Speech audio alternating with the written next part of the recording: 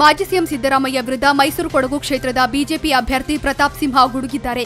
ಮಡಿಕೇರಿಯಲ್ಲಿ ಮಾತನಾಡಿದ ಪ್ರತಾಪ್, ಹಿಂದೆ ಕೊಡಗು ಪ್ರಾಕೃತಿಕ ವಿಕೋಪಕ್ಕೆ ಸಿದ್ದರಾಮಯ್ಯರನ್ನ ಅಧಿಕಾರದಿಂದ ಇಳಿಸಿದ್ದೇ ಕಾರಣ ಅಂತ ಕಾಗಿನೆಲೆ ಶ್ರೀ ಹೇಳಿದ್ದನ್ನ ಸಿದ್ದರಾಮಯ್ಯ ಖಂಡಿಸಲಿಲ್ಲ.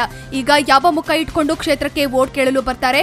ಕಾಂಗ್ರೆಸ್ ಅಭ್ಯರ್ಥಿ ವಿಜಯಶಂಕರ್ಗೆ ಸಿದ್ದರಾಮಯ್ಯಗೆ ಕ್ಷೇತ್ರದಲ್ಲಿ ಮತ ಕೇಳಲು ಹಕ್ಕಿಲ್ಲ, ಅವರಿಗೆ ವೋಟ್ ಬೀಳಲ್ಲ ಅಂತ ಟೀಕಿಸಿದ್ದಾರೆ.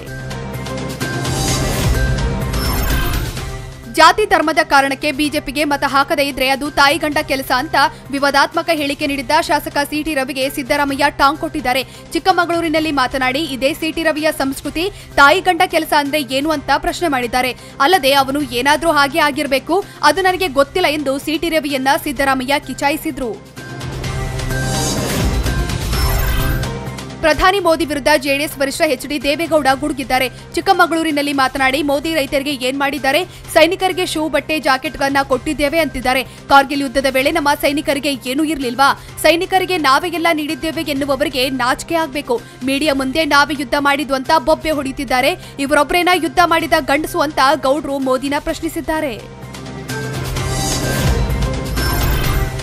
ಮಂಡ್ಯದಲ್ಲಿ ಸುಮಲತಾ ಪರ ಪ್ರಚಾರದಲ್ಲಿ ಫುಲ್ ಬ್ಯುಸಿ ಇರುವ ಚಾಲೆಂಜಿಂಗ್ ಸ್ಟಾರ್ ದರ್ಶನ್ಗೆ ವರುಣ ವಿಧಾನಸಭಾ ಕ್ಷೇತ್ರದ ಫ್ಲೈಯಿಂಗ್ ಸ್ಕ್ವಾಡ್ಗಳು ಶಾಕ್ ನೀಡಿದ್ದಾರೆ. ಮೈಸೂರಿನ ಟಿ ನರಸೀಪುರ ರಸ್ತೆಯಲ್ಲಿರುವ ದರ್ಶನ್ ಫಾರ್ಮ್ ಹೌಸ್ ಮೇಲೆ ಫ್ಲೈಯಿಂಗ್ ಸ್ಕ್ವಾಡ್ಗಳು ದಾಳಿ ನಡೆಸಿ 2 ಗಂಟೆವರೆಗೆ ತಪಾಸಣೆ ನಡೆಸಿದ್ದಾರೆ. ದಾಳಿ ವೇಳೆ ಅಕ್ರಮದ ಕುರುಹು ಸಿಕ್ಕಿಲ್ಲವೆಂದು ಅಧಿಕಾರಿಗಳು ವಾಪಸ್ಸಾಗಿದ್ದಾರೆ. ಮಂಡ್ಯದ ಕೆಆರ್ಪೇಟೆಯ ಜೆಡಿಎಸ್ ಪ್ರಚಾರ ಸಭೆಯಲ್ಲಿ ಸಿಎಂ ಕುಮಾರಸ್ವಾಮಿ ಮತ್ತೆ ಕಣ್ಣೀರು ಹಾಕಿದ್ದಾರೆ. ಬಳಿಕ ಮಾತನಾಡಿದ ಅವರು, ಕಣ್ಣೀರು ಹಾಕೋದನ್ನ ನಿಲ್ಲಿಸಿದೆ. ಇವತ್ತು ಎಚ್ ವಿಶ್ವನಾಥ್ ಹೇಳಿದ ಮಾತುಗಳಿಂದ ಕಣ್ಣೀರು ಬಂತು. ಶಿಕ್ಷಣ ಮುಗಿಸಿ ಸಿನಿಮಾ ವಿತರಕನಾಗಿ ಬದುಕು ಸಾಗಿಸ್ತಾ ಇದ್ದೆ. ಆಕಸ್ಮಿಕವಾಗಿ ರಾಜಕೀಯಕ್ಕೆ ಬಂದೆ. ಅಲ್ಲಿಂದ ಇಲ್ಲಿಯವರೆಗೂ ಮನೆ ಬಳಿ ಕಷ್ಟ ಹೇಳ್ಕೊಂಡು ಬಂದವರಿಗೆ ಜಾತಿ ಧರ್ಮ ಕೇಳದೆ ಸಹಾಯ ಮಾಡಿದ್ದೇನೆ ಅಂತ ಸಿಎಂ ಕಣ್ಣೀರು ಹಾಕುತ್ತಾ ನುಡಿದ್ರು. ಏಪ್ರಿಲ್ 18ರಂದು ಲೋಕಸಭಾ ಚುನಾವಣೆಗೆ ಮತದಾನ ಹಿನ್ನೆಲೆ ನಾಳೆಯಿಂದ 3 ದಿನ ಕೆಎಸ್ಆರ್ಟಿಸಿ ಬಸ್ ಸಂಚಾರದಲ್ಲಿ ವ್ಯತ್ಯಯವಾಗಲಿದೆ. ಚುನಾವಣೆ ಕಾರ್ಯಕ್ಕೆ ಹಾಗೂ ಪೊಲೀಸ್ ಇಲಾಖೆಗೆ ಹೆಚ್ಚಿನ ಬಸ್ಗಳನ್ನು ನಿಯೋಜನೆ ಮಾಡಿರುವುದರಿಂದ ಏಪ್ರಿಲ್ 16, 17, 18ರಂದು ಬಸ್ ಸಂಚಾರದಲ್ಲಿ ವ್ಯತ್ಯಯವಾಗಲಿದೆ. ಹೀಗಾಗಿ ಎಲ್ಲಾ ಪ್ರಯಾಣಿಕರು ಸಹಕರಿಸುವಂತೆ ಕೆಎಸ್ಆರ್ಟಿಸಿ ಸಂಸ್ಥೆ ಮಾಧ್ಯಮ ಪ್ರಕಟಣೆಯಲ್ಲಿ ತಿಳಿಸಿದೆ.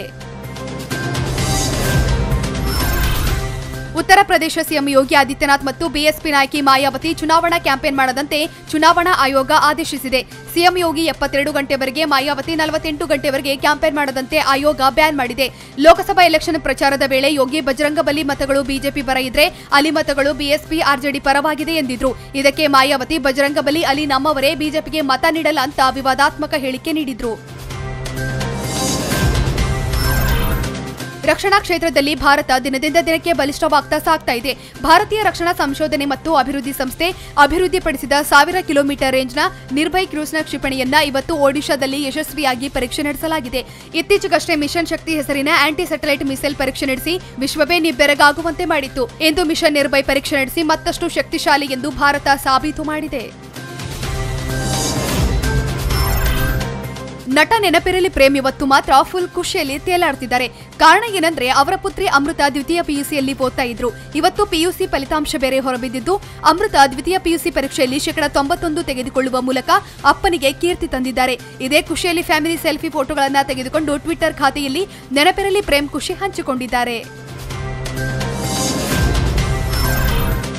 ಇವತ್ತು ದ್ವಿತೀಯ ಪಿಯುಸಿ ಫಲಿತಾಂಶ ಪ್ರಕಟ ಹಿನ್ನೆಲೆ ಪಿಯು ಮಕ್ಕಳಿಗಾಗಿ ಯೋಗರಾಜ್ ಭಟ್ ಬದುಕಿನ ಹೊಸ ಪಾಠ ಮಾಡಿದ್ದಾರೆ.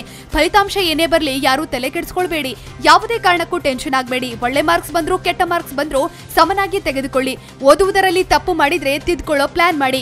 ಏನೇ ರಿಸಲ್ಟ್ ಬಂದ್ರು ಅದು ಕೊನೆಯಲ್ಲ, ಅನುಭವವೇ ಜೀವನಕ್ಕೆ ಪಾಠ ಕಲಿಸುತ್ತೆ ಅಂತ ನಾಡಿನ ವಿದ್ಯಾರ್ಥಿಗಳಿಗೆ ಭಟ್ರು ಕಿವಿಮಾತು ಹೇಳಿದ್ದಾರೆ.